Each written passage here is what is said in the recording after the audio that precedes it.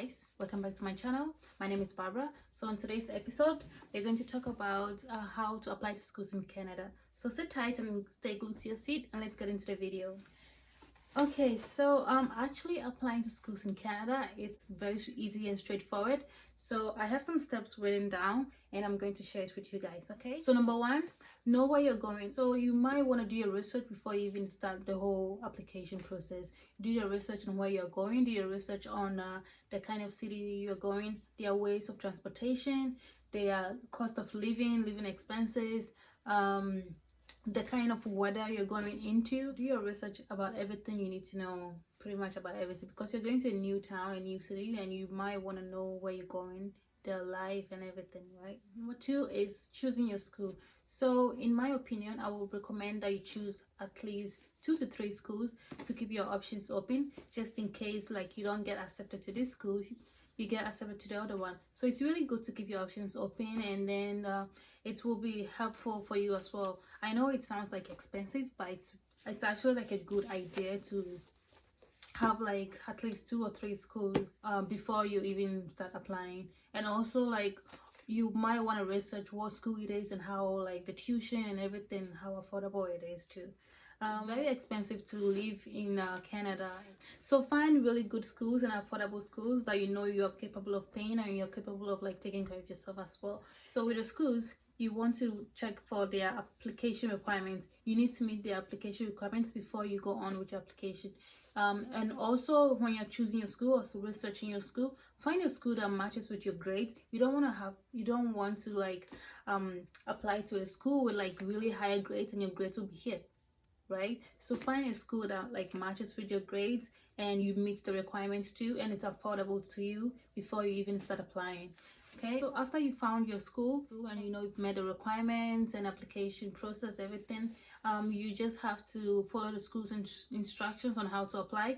Normally on the school's website they have a link on how to apply and everything, so you just click on that link. It normally says apply here, so you go through the school, you meet the requirements. For international students, make sure you meet all the requirements. For domestic students, make sure you meet all the requirements. And for international students, sometimes they ask for a reference letter from your teachers or from your employers, and so you might want to make sure you go through all the procedure, so you meet all of them before you even start applying. Have your documents ready, have everything ready before you also start applying. So you found your school, you went on the school website, you met the requirement. The next thing you want to do is like obviously click on that link. So the link will lead you to a page, a new page, where it will be asking you for your documents, it will be asking you for questions, pretty much like personal questions about yourself. So you just want to get all your documents ready before you even start to apply. And one most important thing, you might want to like apply 6 months to a year prior to your start date. So that means, for example, if you're starting school in September 2020, you might want to start your application process like in October.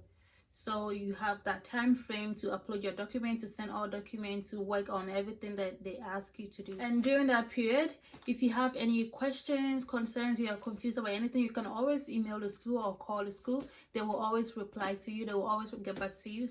So after you filled all the forms, you've answered all the questions and everything, make sure you have all your payments ready to proceed to the next level. Mind you guys, the application is not going to go through if you don't pay, sorry. And after you've done your application, after you've hit submit, everything is done, the school is going to send you a confirmation email. So the confirmation email is gonna state that you've applied to this course and then this school, and also it's going to state the time on when they're gonna get back to you.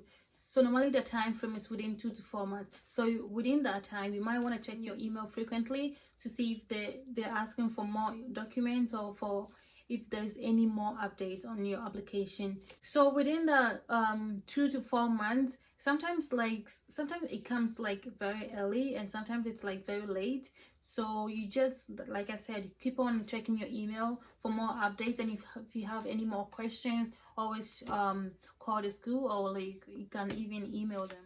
And the next thing is being financially stable. Before you even think about schooling abroad, before you even think about like moving outside your current current city, you want to be financially stable or have like a really good financial background or support. They really check on your financial background, of course. So you just want to make sure you are like really good, you have like a really good support back home before you even like start applying. So fast forward, let's say like you've applied to your school, you already got your update, you got admitted to the school. The email, they will send you like an email again that you got accepted and everything, and they within that email they will have like a link on state how to apply for your visa. So you just follow the instruction and then proceed to the next level of your application. Now I will leave the Canadian website link for application for visa application or study permits for international students. So just make sure you check it out.